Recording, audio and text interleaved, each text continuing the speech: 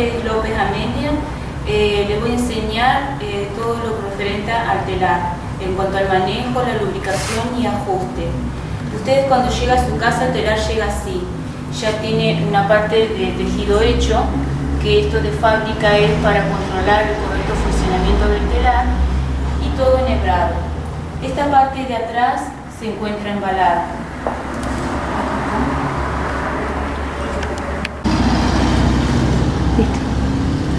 Bueno, esta parte se encuentra embalada. Ahora hay que desembalar para poder comenzar a trabajar.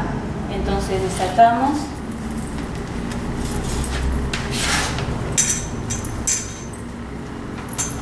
Este es un carretel grande, el cual se tiene que poner por sobre esta barra y poner los piecitos que van a ser de apoyo.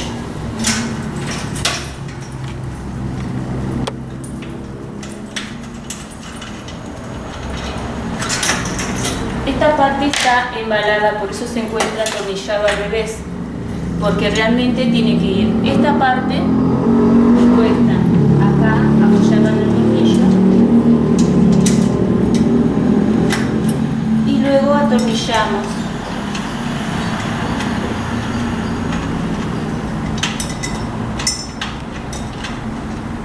Para poder formar la base donde se irá a apoyar el carretel. Lo mismo hacemos de otro lado.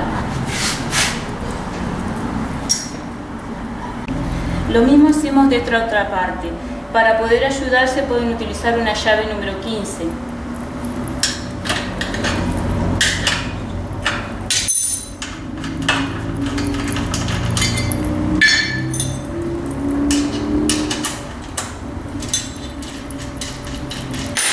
Apoyamos esto sobre el tornillito, el piecito, pero no atornillamos porque tenemos que colocar el carretel primero.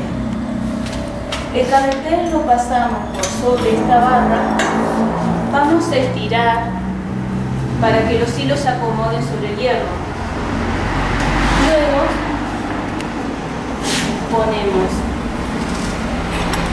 el eje sobre los orificios y por último atornillamos.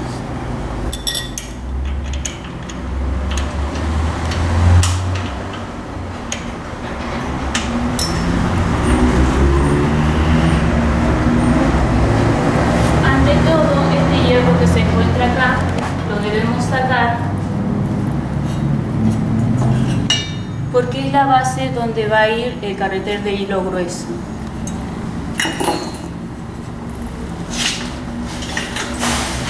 Este elástico que tenemos acá, que es de cuero, es el tensor que va a ir sobre esta guía que tiene acá el carretel. Lo colocamos así, haciendo fuerza, que quede bien. Una vez que colocamos el tensor, vamos a atornillar el tornillito mariposa hasta la mitad del tornillo. Tengamos en cuenta que este carretel, a medida que se va vaciando, tenemos que ir desajustando una vuelta. ¿Por qué? Porque a medida que se va gastando, se va poniendo más tenso el hilo y cuanto más tenso se puede llegar a cortar. Ahora vemos, este hilo está flojo. Hay que darle tensión antes de comenzar a trabajar. Para eso lo que vamos a hacer es girar el carretel para darle tensión y comenzar a trabajar, porque si está flojo, cuando la aguja entre va a cortar los hilos. Esta parte de atrás ya está armada, como para comenzar a trabajar. Ahora nos vamos a dirigir hacia adelante.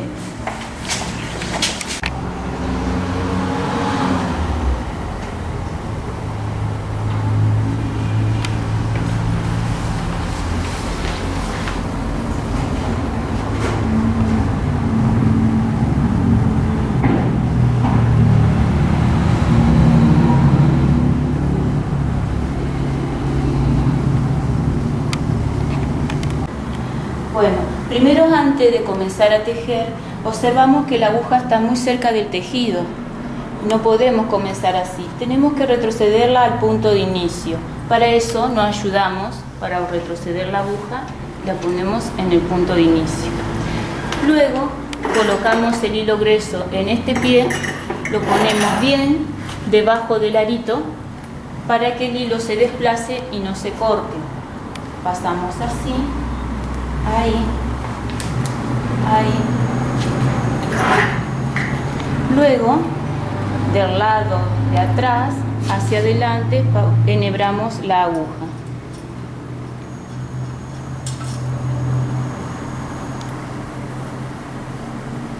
El hilo lo colocamos sobre la tela.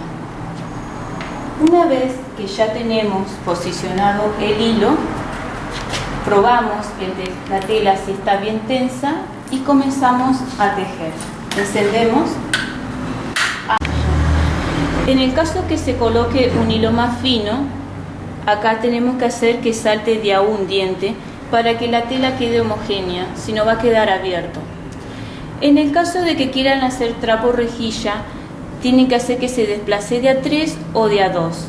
Para eso, para que esto salte de a 3 o a 2, tenemos que regular justamente esta agarradera. Cuando llegan a su casa hacen la marca bien ahí, que es justamente el punto para el trapo de piso.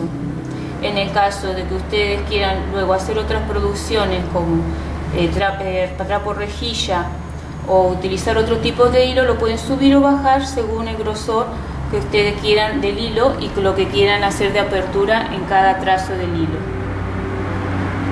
Sería aflojamos el tornillo y regulamos. Pero lo único que nosotros recibimos trapo de piso.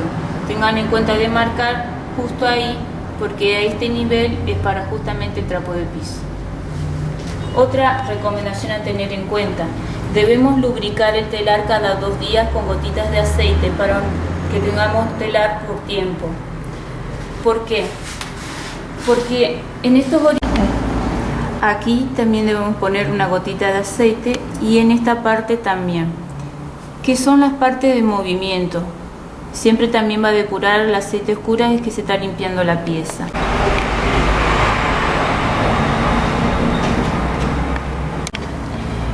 Esta parte es de rulemanes, porque este es un telar a rulemanes. Si fuera a bujes, también tendría una pieza similar como la que le pondríamos aceite allá, pero en estas y esta parte también. Por eso acá no es necesario.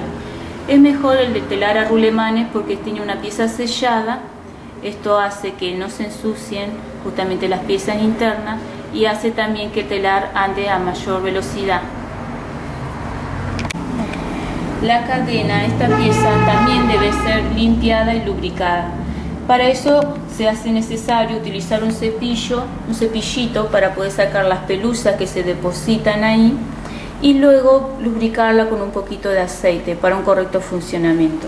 Inclusive el tensor, que el tensor es de cuero, con el tiempo, si no lo cuidamos, suele quebrarse y romperse. Para eso también es necesario lubricarlo un poco con un poquito de aceite para que se mantenga. Bueno, ahora vamos a hablar en cuanto a los ajustes de los tornillos. Si justamente lo que decíamos hoy, los balancines, tienen que estar en la misma inclinación. Si vemos que uno se endereza así y el otro se encuentra inclinado, tenemos que ponerlos a los dos con la misma inclinación. Si este se enderezó, lo ponemos en la inclinación de aquel y atornillamos este tornillito. ¿Por qué? Porque si se aniveló, quiere decir que el tornillo se aflojó. Lo debemos poner a la misma posición ambos para que abra la misma apertura a ambos lados, para que se produzca bien el tejido. Porque si este está enderezado y aquel está inclinado, entonces los hilos acá van a estar cerrados y aquel abierto. Cuando la aguja entre, al estar justamente acá derecho, o la aguja bien va a chocar el hilo y lo va a cortar, o lo va a obviar y va a tejer donde está abierto. Observemos cómo teje. Tiene que tener la misma apertura a ambos lados. También tenemos que observar los tornillitos de los paneles de las 100 agujas. Tienen que estar bien ajustados. Debemos observarlos porque cuando en el uso constante se pueden aflojar. Si se aflojan, esta barra se sale, y si se sale, las agujas también, y se pueden llegar a quebrar. Entonces, tiene que estar bien ajustados los 4 tornillos. Debemos observar que aquí, en el medio, tienen orificios, pero no tiene el tornillo. ¿Por qué? Porque de fábrica utilizan este orificio para poder nivelar la barra y poner en posición las agujas. Luego se sacan, porque si tuviera el tornillo ahí, las agujas harían fuerza y se quebrarían. Observen que cuando el telar anda, las agujas se mueven con libertad. Entonces, no se debe poner un tornillo porque acá sujetaría mucho y las agujas harían mucha fuerza. Si se llega a quebrar una aguja justo en el medio, lo que hay que poner es un hilo guía para sostener justamente la ubicación de las otras agujas. Luego retirar y sacar la aguja rota, ponerla nueva y luego volver a posicionar las agujas restantes. Entonces, para evitar todo ese trabajo, no hay que poner tornillo acá y hay que tener en cuenta siempre fijarse que estén bien ajustados los tornillitos. Otro tornillo importante es justamente la de la aguja, el brazo de la aguja. Observemos que el brazo se mueve. Es necesario que este tornillo, que es el más grande del telar, tenga un ajuste como el siguiente: fuerza hasta el tope y media vuelta de retroceso. Esa media vuelta de retroceso hace que este brazo se mueva de esta forma. Observemos la continuidad del brazo.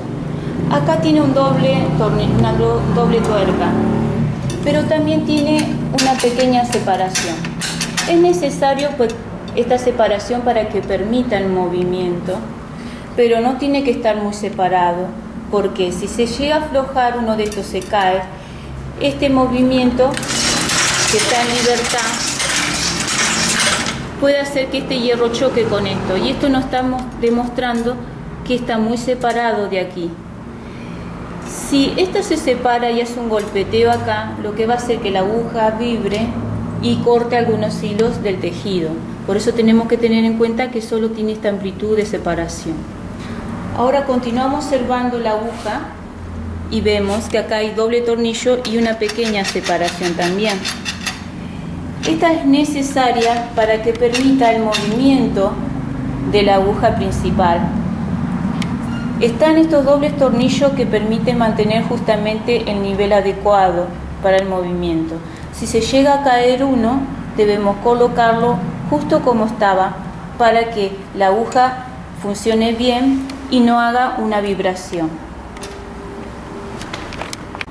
Otro punto a tener en cuenta: la aguja también se lubrica. Se debe lubricar de esta forma hasta la mitad, no toda porque va a ensuciar la tela. Este aceite que pusimos hasta ahí, con el funcionamiento de la aguja, va a hacer que se desplace al canal y lubrique toda esta pieza. Es necesario poner justamente este aceite para que no se empaste la aguja con el polvillito de los hilos y pueda funcionar en libertad. También es necesario de vez en cuando en el canal acá pasar justamente un trapito como para limpiarlo, porque se deposita justamente la pelusa de los hilos y eso con el tiempo va a ir atascando y haciendo una dificultad en el tejido o en el desplazamiento de la aguja. Esta pieza tiene que estar con forma de L, que es forma de L hacia arriba, nunca hacia abajo, siempre teniendo en cuenta que la aguja tiene punto de inicio. ¿Por qué? Porque si está abajo no va a permitir que esto, si lo observamos, ese que hace el movimiento de la aguja.